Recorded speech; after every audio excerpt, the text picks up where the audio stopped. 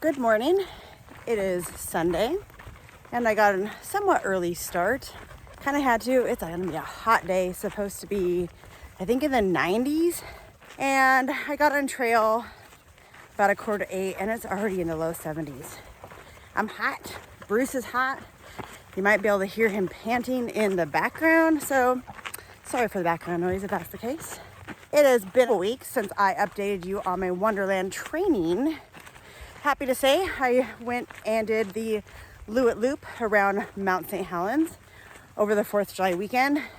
It was amazing. I'm on my go-to local hike, Antoine Peak, from the Canfield Gulch side. As you may remember, I always take the more direct route up. Makes it shorter mileage, but it's steeper that way. So for me, that's better training. I can walk all day long when it's on a flatter surface. But I definitely need, well, I think most people need more training with the incline. So yeah, it's gonna be a hot day. And I gotta tell you, as I've gotten older, I do not have as good a heat tolerance as I used to have. And it definitely showed on the Loowit Loop. It was kind of crazy. Like, I felt great on that trail. But when it was hot on steep inclines and direct sunlight, no wind, I was like, whew, this is tough. But once a cold breeze came through under the same circumstances, direct sun, a good ascend, I felt amazing. That cool air just revived me, and I felt like I could just push uphill forever. It felt great. So I just need a fan attached to me while I'm hiking in the heat, I guess. You know, like those old school metal bus fans. Just need that attached to me. Maybe with some ice behind it to cool it down.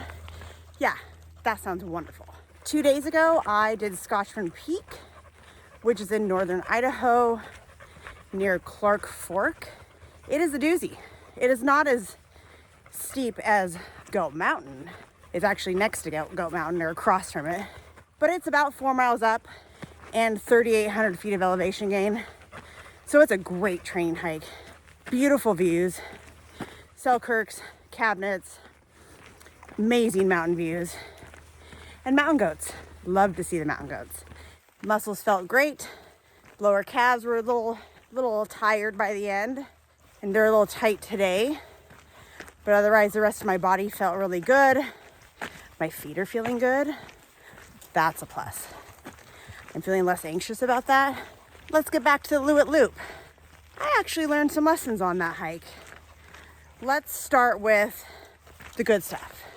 That was the first time that I'd ever picked up camp every day. I loved it. Seeing completely different scenery every day was my jam.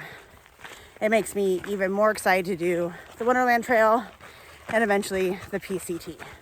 Just that changing scenery, seeing all those views, it just made my heart and soul happy. Next lesson was the heat. Like I said, I couldn't believe the difference in how I felt when there was no breeze versus having a cool breeze when there was that direct sun beating on me. That cool breeze just like revived and energized me. Felt amazing. And I'm like, keep it coming all day long. Lesson 2 and 3 are in the same category, electronics. First one, headlamp. We all know if you don't have a chargeable headlamp, then you need extra batteries. I apparently failed to bring extra batteries. Luckily, I really didn't need my headlamp, but I had one night where I had to go to the bathroom in the middle of the night. I had to go pee. My headlamp kept shutting off, which made me think that the battery was low. So when I got home, I opened it up and it was kind of like corroded around the attachments or whatever. And so I'm going to be replacing those batteries, have fresh batteries for my next backpacking trip. Again, lesson learned. Luckily, I really didn't need to use my headlamp that much because, summertime, long days.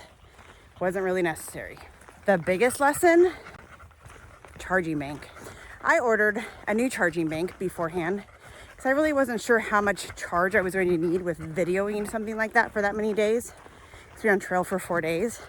And I have the NB 10,000, but I've had a couple of times where it failed, where like cold drained the battery. So like the next morning it was not working And I even like keep it in like a little insulated pouch, and it still did that to me twice. So I was super worried about bringing that. So I went ahead and ordered the NB 20,000, same brand, right? So I make sure that has a full charge, grab my cord, put it in its little bag, and pack it. Didn't think a whole lot about it. I assumed that the cord was the same as a smaller bank because it's the same brand. Well, I assumed wrong. It had an additional attachment that I did see in its box, but didn't take the time to actually check that it was necessary to bring that. So completely my bad. I got it like, I don't know, 36 hours before we left. So again, I just made sure it had a full charge and then packed it. So day one of the Loowit trip, well, I wasn't thinking I needed to conserve battery. I'm like videoing my tent setup and taking my time and not thinking a whole lot about it. Then I go to charge my phone that night. Then I can't. I'm like, oh my gosh. So at that point, I had just under half a battery. My phone is going to die. I screwed up and my charger isn't working because I brought the wrong cord and I have less than a half a battery left. And it's just day one. But it is what it is, right? I was like, well, I guess I'm only videoing half of this trip. Day two, I actually did do a lot of videoing, but they were super short clips. Lots of like 2, 3, 4, 5 second clips instead of longer ones. So sorry about that, but I wanted to get as much in as I could. My battery died right before I went through the most beautiful wildflower field that I couldn't get it on video. That was about 2 miles before we hit camp. Getting into the forest and that big descent down to the South Fork Toutle River, not on video. Luckily, one of the ladies that I was with, Dina, she allowed me to use her charging bank. I didn't get a full charge, but I was able to get 60%, which is way better than nothing. So I was able to video a little bit at camp that night, and then I was able to video the next day, day 3. But by the time I got to camp, again, my battery was in the red. One of the other ladies I was with allowed me to use her charging bank, not that night, because she needed to charge her phone, but I was able to charge the next morning and get about 70% charge. So all in all, I didn't miss a whole lot of the trip, but I did miss some of it. And I did keep myself from videoing as much as I wanted to, just because I had to conserve.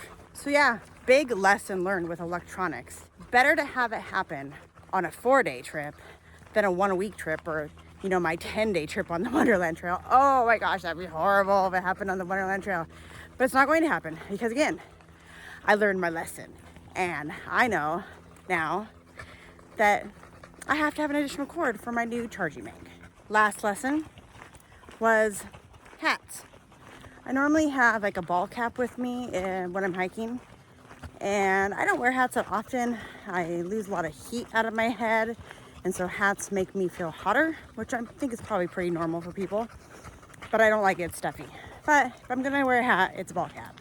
I decided for the Loowit trip, I would bring my sun hat because it's such an exposed trail. And I thought, well, extra coverage. I hated it. Hated it. It kept bumping into the back of my backpack. And I'd never used a sun hat backpacking before, so I didn't expect that, which it makes sense, but I had a safety pin and was able to pin the back of the hat up so that it wasn't smacking into my backpack. But it annoyed me the entire time. And I just wished I had my ball cap instead. So now I know, ball cap it is, no matter the sun exposure, because I just despised the sun hat. The Loowit trip though really was amazing.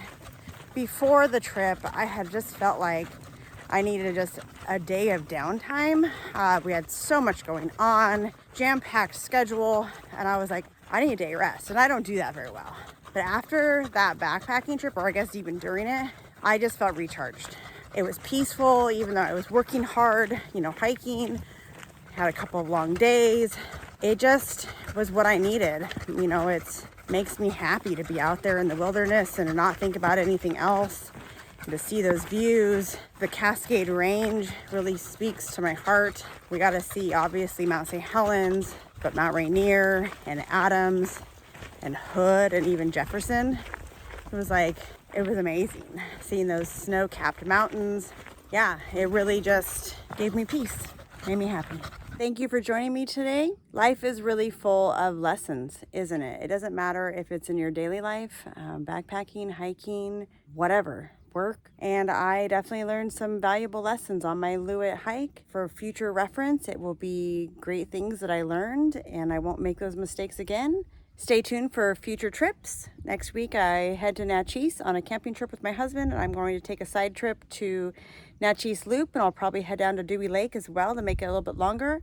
Then at the beginning of August, I will be in the Cabinet Mountains. I'll be backpacking in grizzly country for the first time. That should be fun. I'll take you along for that.